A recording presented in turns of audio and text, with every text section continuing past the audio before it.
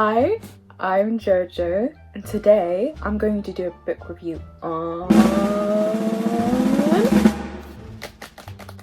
Onyx Storm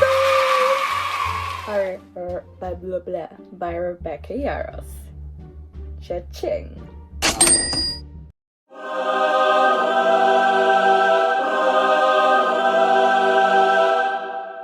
You're wondering why it's glowing? What's not anymore?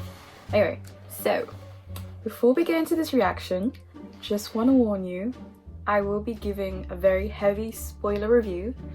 If you wanted a spoiler-free review, I'm sorry, this is not the video for that, because I have too many things to talk about and most of them are the spoilers, so I deeply apologize for that. Okay, so first impressions, like what are my first thoughts? Way better than Iron Flame. Be nice. I'm finding it. It take you that long to find it? It does. I had a way better time reading this than Iron Flame. And I think it's because Iron Flame, I read it back to back with Fourth Wing. And with that higher Fourth Wing, I was like, yes, yes. And then Xaden and Violet, their development in that book was boom, boom, boom, boom. And I was like, I want to go up. But then they were going down. And then obviously, Liam. Man down, bum bum bum. Liam, no! Yeah, it's just like the vibes of that book was just, it was just so, okay, we know it's a dramatic book, we know this is gonna be a dramatic series. I just kind of wish they were more lovey-dovey, but that was my personal opinion. And that's why I prefer this book. And that's coming from more of a, not necessarily an analytical perspective, but just purely on how I felt reading this book in comparison to Iron Flame. I think Iron Flame took me a hot minute, and this too, but the reason why this took me a hot minute to read was because I had a lot of things going on, and I think I took a pause in between, probably like halfway through, and then I read the rest of it on my trip to the Philippines, and I read it in like 2 days. So yeah, I definitely enjoyed this more. Yeah. Okay, so the first thing I want to talk about is characters, specifically Xaden and Violet. I want to put them together because that's what I want to focus on. So, what I want to talk about them. I actually prefer that their romantic development is about miscommunication anymore, because that was a really hard read to have in Iron Flame, as I just expressed recently. Now it's like, your boyfriend is car crashed into pure tragedy, not because like normal relationship problems of like communication, it's jealousy. Now it's like your boyfriend's natural enemy of the war that you've been fighting for 2 years for, and nearly, sacrificing yourself, dying for, and now he's like transformed into a venom and you can't do anything about it. And why I prefer that as entertainment is because I could detach myself from it, and it's not as close to reality in terms of relationships. Yay, we love avoiding real life problems. We love fantasy. Yeah, no, that's what I really loved about their relationship. I loved that it was, you can definitely tell that Rebecca Yarros put more emphasis on trying to develop their relationship into more of a, let's say, an emotional turn of realizing that just because you love somebody and you do anything for them, sometimes it's not just enough, and that fate and environment and people can change that. But if you do believe in your love, well, that will hold in through the way, and that will be the power. Damn, that sentence though. That sentence kind of ate, didn't it?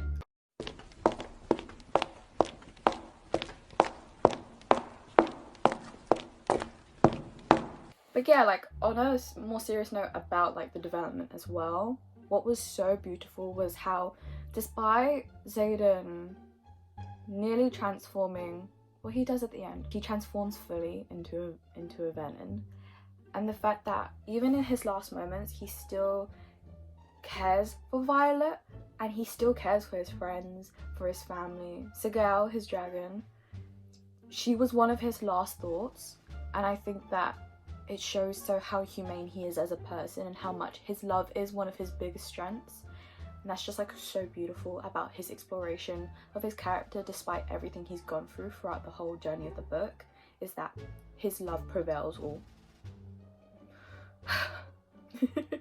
And then on the other hand, I think Violet shares also a lot of similar strengths that Xaden has. Like, she shares so much of similar strengths with Xaden because Violet is so dedicated in finding a solution for Xaden as well as for Indana. But bringing back to Xaden is that she wants to find that solution, and throughout his journey she is so patient and caring and loyal to him, and like she's so reassuring. And it's just like, it just sucks because obviously the end is just, yeah. As you can tell, I'm still heartbroken by it. It's been what, 6 to 7 months of the release, I don't know how long, and I'm still depressed about it.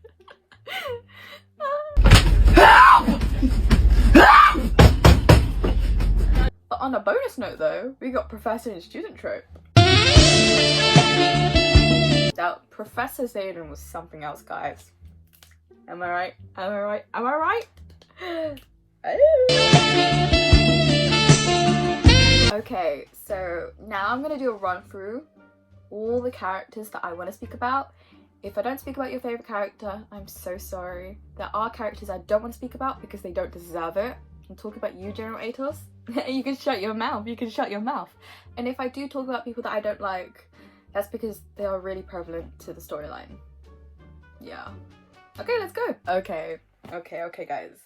We're gonna talk about the man, the legend, Riddick. Ladies, I'm trying to do my work today.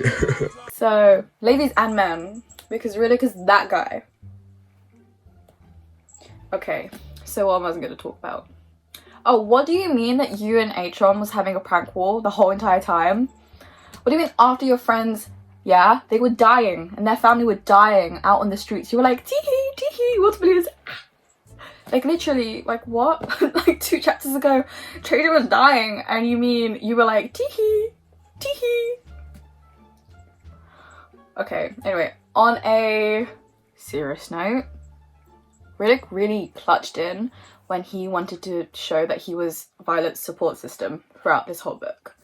Because I love that he was in all of these quests, and while he can be the comedic relief of this book, he definitely showed his friendship towards Violet so genuinely, and saying that even after 2 books of being affected by Liam's death, Riddick knew and promised that he would definitely and for sure make sure that Violet will be safe and protected and loved.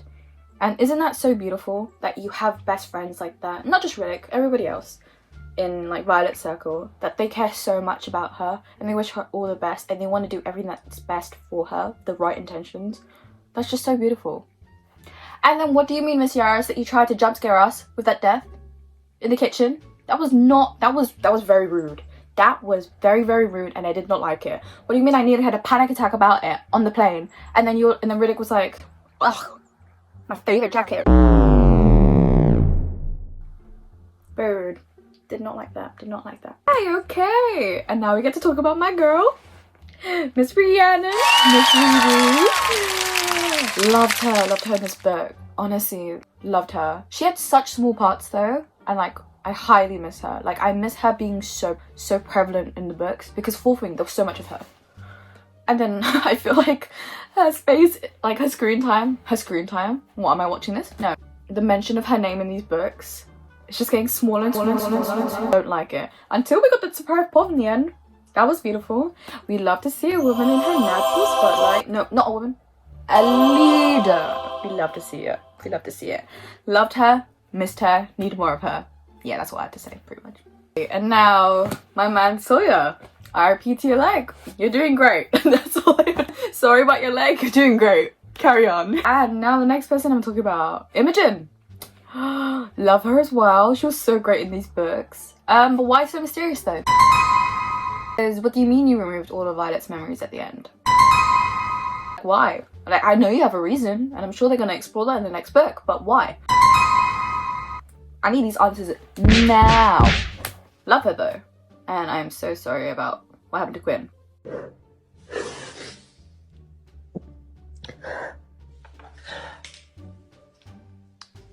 I don't think I can do this anymore, guys. I know that you guys want me to do like an in-depth review of Garrick and Bodhi, and like I'd love to. I have a lot to say. I do about their signets and stuff, but all I have to say is what's up with you, both of you? What's up? Because what do you mean one of you two is about to become the Venom brother? What do you mean one of you betrayed Zayden? Even though Zayden's already a Venom, but like why you gotta jump in? I hope you're doing this for the right reasons, because I don't trust any of you. You've betrayed him, you've betrayed me, you've betrayed Violet. I'm not here for it. I have questions and I'm still not getting any answers, guys.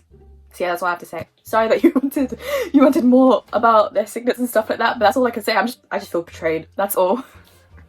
Why am I so impacted by this? Miss Cat. I am so sorry for your loss about Trader. Honestly, I was rooting for the both of you and then he got killed. Like that. You've grown on me so much. He had to just die.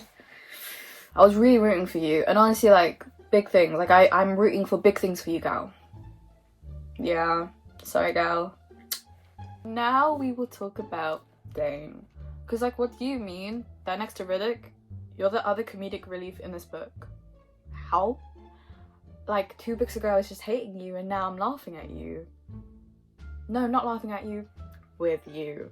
How do I explain that? Let me just replay a scene. I'll show you the visuals somewhere. I got you.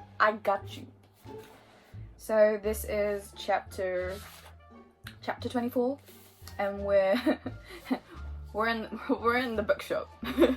If you know this chapter, you know.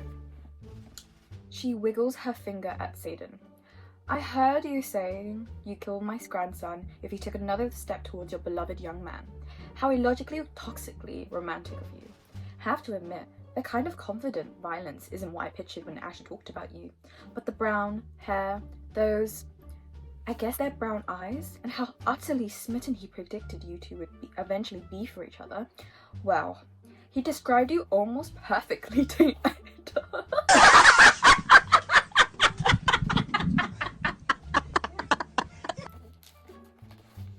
And that's comedy right there, guys, because I was cracking up at the sight of that. Literally, I was reading, I was like this, I was like,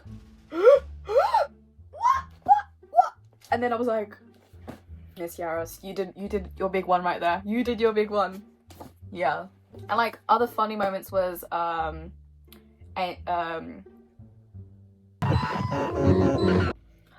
yeah. Like, he was just so funny in this book for what? I'll figure out like a funny moment soon. But another thing, the development of Dane and Sloane, the parallels to him and Violet. Dane and Sloane? Mr. Eyes on Me, Dane, Atos? That was crazy. The chemistry was crazy. I was like, you know, I know he hated him. And I don't know about you guys, but I'm loving him. I really am. And like, him and his friendship with Violet is better now. We love to see it. It's more healthier. And then him and Sloane. I know we're hating him, but I guess, you know, the true enemies to lovers was us and then Atos. That's the true enemies to lovers in this book. S-I-P-O-I-T. I'll do you dirty. Oh yeah, I got my funny moment. Okay. So, you know the part where Dane was specifically chosen to be picked as a main translator for the whole journey and the whole quest, and then Eric shows up because obviously his brother's not doing anything, and then Dana's like, I don't really know the language, let me try and figure something out. And like flip through books and stuff, and then Eric pulls up and's like, and then Dana's like, what the fuck am I here for? Why did you not say anything? And then Eric is like, no one said stuff. Since you got your degree and you know every fucking thing. Yeah, that was really funny. I just loved that. Speaking of the devil, Eric, let's talk about you. What I'm going to be talking about is not necessarily like my opinions of him. Short opinion, we love him very much. But more on theories now. From what I remember reading, isn't that his signet is that he can tell the future? Because if that's so, then why do I feel like he's dying and he already knows that? I just have a gut feeling. I don't know about you guys, but I feel like he's dying. And I'm not gonna like anything about it. Yeah, sorry for the downer, guys. I'm down too. Love you, Eric. Hate your brother though. Let's speak about him. Speak about your brother. Boo! We don't like you. First of all, you disrespected my girl Violet by cheating her with your teacher. Am I right? Your teacher? Whore. Your shit brother. You're a horrible leader. Don't need you as the new king. You ruined basically nearly all the quests. And you deserve to be in that basket. You deserve to stay in there and have a horrible time trapped in there. I hope you're claustrophobic. I hope you have a fear of heights. I hope you hated everything about that trip because you deserve it. Deserve. Yeah, I think I got everything out. Pretty much. I didn't even say his name. That was Holden. Okay, next person I have to talk about. Again, Miss Yaros, another jump scare with Mira. Mira made me read about her nearly dying too. Thank the Lord Brennan came here with his mending skills. Thank the Lord that he locked in and made sure that his sister didn't die. Because I wouldn't have been able to take it that we just got Brennan back after he supposedly died. And then we're gonna get Mira to die too? What? What? Yeah, and thanks Sloan too. Your siphoning really helped. Yeah. Oh, about Brennan, I do not trust him either. I'll talk about that with my theories, like my little theories that I have. But yeah, I don't trust him too. And I think that's it for characters.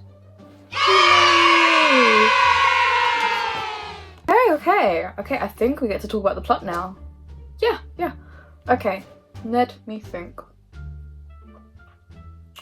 I definitely have to say the beginning was harder in terms of pacing because it was definitely very focused on laws and rules that were happening after just the war that we went through in Iron Flame.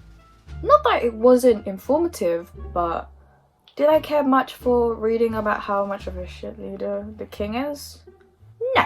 And honestly, like, I think I was a little bit getting tired of everything being in Basgareth. Am I right? Navarre? The center. My mind is not working. It was just a bit hard, and especially the table chapters of like all of them just sitting down, and then it's Violet, talk. Someone counteracts, talk. Xaden in his mind speaks to Violet saying, I do not agree. Riddick snorts. Violet says something magically correct, and she's won the argument. And then General Atos is like, boo, hate you. Yeah, that was pretty much like majority of the table chapters that I know of. There's probably like only 2 and I'm just being dramatic.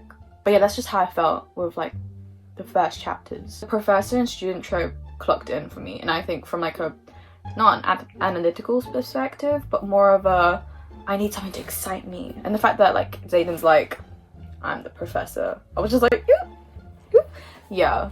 But definitely once we get to kind of the traveling between multiple places, that really did it for me because I was like, yes, new things.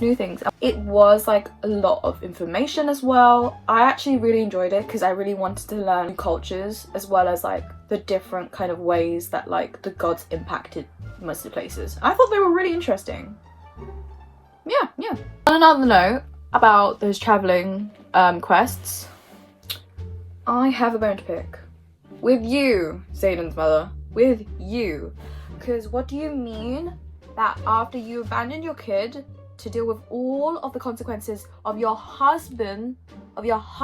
ex-husband's actions of ruling a rebellion war, your son had to go through that, but you left him because you're a coward, coward, and then you find a cute little place to settle with your new husband, have 2 little boys, you know, and then when your son comes in, you're like, oh, I wanna recover a relationship. I'm like, that's fine. And then you use the thing that makes Xaden soft, which is chocolate cake, because that's all he remembers you by. And then your newest husband proceeds to try and poison Xaden and then poison his best mate. Death sentence. Ooh. That's all I have to say. I was just really pissed. Those chapters made me angry. Thank the Lord that Violet clutched and came in with threatening and blackmailing the other officials in there, being like, I poisoned you too. And now if you don't give me the antidote, you will be killed too. Teehee. Yeah, love Violet. Violet was a genius throughout this whole book. Love you, gal. And I know people say that they're annoyed with her. I don't agree. I actually loved Violet throughout this. I really did. Let's kind of be a little bit more analytical with my thinking here. Give a little bit of criticism of the book. And whilst I should be doing this more, I don't do it enough, and this is me trying. So yeah. My bone to pick with the actual book is that they lost me at the silver hair acolyte situation talk, where she was battling against other people, and then she sees the silver hair people, and I know that there was a big explanation about her as a baby and her parents bringing her to the church, and then they tried to like offer her, and then now she's got silver hair, and like if she consummates it, then you know she fully will have silver hair. And like I get that, but like it was too much, because you have that, and then you've got like Down on Irid's quest, and then you've got Xaden becoming nearly Venom, transforming into that, and his internal conflict, and then you've got the whole Venom war itself, like the dragons and stuff, and the griffins, and everyone trying their hardest to try and win this war. And then you've got Fanny just pretty much being like, you're my enemy, and I'm going to tell you every single time. And then the dreams, Violet's signet, and then Riddick's prank war, because apparently to me that's like the most prevalent thing in the story. And just everyone dying, and it was like... It was too much information. Like that's my bone to pick with this book. And I feel like they should have pick and choose. Not Riddick's prank war, I'm being dramatic, but like maybe it's because I just can't hold everything and I'm not as good of a reader as everybody else. But to me it just felt like a lot and I couldn't absorb anything. And I know that like I have the chance to reread this over and over again, but I do want to move over to other books. So yeah. What do you mean Andana? The whole thing with Irid, it really pissed me off. What do you mean she gets rejected by them? These people that she's been searching, her and loads of people have put effort to searching for. What do you mean she gets rejected by them? Because they were like, oh, you've actually been taken advantage of. Oh, you're not really good enough for us. Oh, you're not really smart enough. What? And then afterwards they were like, actually, I changed my mind. Come back with us. And then she does accept it. I mean, fair enough. This is an identity crisis thing. But still. She gets accepted. She goes with them. She breaks her bond with Violet. We go through chapters of Violet going through an actual heartbreak because it physically hurts her. And then out of nowhere she comes back. Like, I'm so happy that you saved the day. But like, we were just mourning you like 2 seconds ago and now you're back? That's another bone I have to pick. I don't think I was able to process anything. Honestly, the last few... Okay, let's talk about the ending then. Let's talk about it. Let's just talk about the ending because... I'm so pissed. What do you mean that Xaden fully turns into a Venom?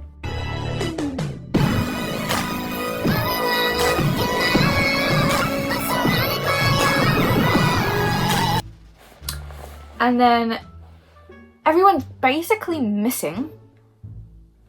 The only people we do really know are there is Violet, Brennan, Imogen, and some other guard. Violet wakes up not knowing anything, and that's because of Imogen, because Imogen removed her memories. And suddenly Violet is a wife? And we weren't invited to the wedding? What? We better be seeing that wedding in the next book, because the fact that we're going through 3 books of their love story and we're not in that wedding, that's nasty. I'm so pissed. They got married. Oh, actually, can I offer to show you my little TikTok reel that I made? Cute TikTok.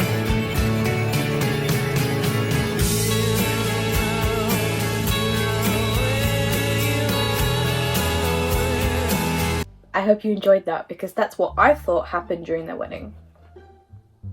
Yeah. Okay, now to one of my last segments. My favourite quotes of the book. I would have said moments, but then this is a book, isn't it? So I should probably form quotes. I am basing these off of how much I was entertained, how much it broke me, or made me laugh, or made me feel something, and just because of how iconic it is. I've got my notes because I was prepared for this. At number 5 from Riddick at chapter apparently 41, he says, and I say, damn, this breed apologizes. Now, why is that one of my favorite quotes? Because I just feel like that encapsulates pretty much who Riddick is and how he is as a person. Because I love how after everything and after all that talk with the Irids, he was like, wow, a dragon breed that actually apologizes and has a sense of politeness. And that's the thing that stuck through with him. Yeah, love him lots. Okay, at number 4, it's Mr. Dane Atos with Eyes on Me to Sloane. And that's like one of the last chapters. I forgot where it is. I loved that quote because I just wasn't expecting that chemistry at all. Like, at all. And I was like, oh, why am I feeling flutters in my heart? Mr. Dane Atos, I didn't know that you had that in you. Number 3 would be a quote from Narelle talking about Asha believing that Violet ends up with Dane Atos. And I'm not going to say the full quote because I already said it earlier. But yeah, that was really one of my favourite parts. It definitely made me laugh out loud. I was bawling my eyes out from laughter. It was really great. Yeah. Number 2. My second favourite quote. It's from Violet and it's towards Taryn. And she goes, "You have been the gift of my life." Cue the TikTok. Cue the meme.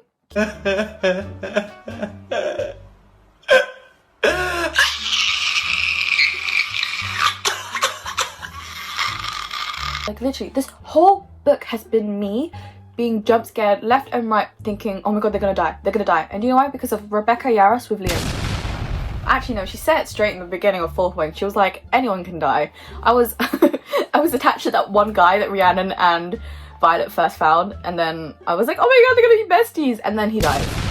And he had a wife or a girlfriend or something, and then he dies. But that's war, isn't it? But yeah, no, I was just really sad because I was like, I love Violet and Taryn. I just feel like, alongside Andana, but I especially love Taryn and Violet because of their grumpy ex-sunshine trope. And not in a way that's romantic, but in a platonic way. And I love them together. And the fact that in one of her last moments as well is of, similar to Xaden and Sigel, Violet and Taryn being each other's last thoughts, it's just really sad.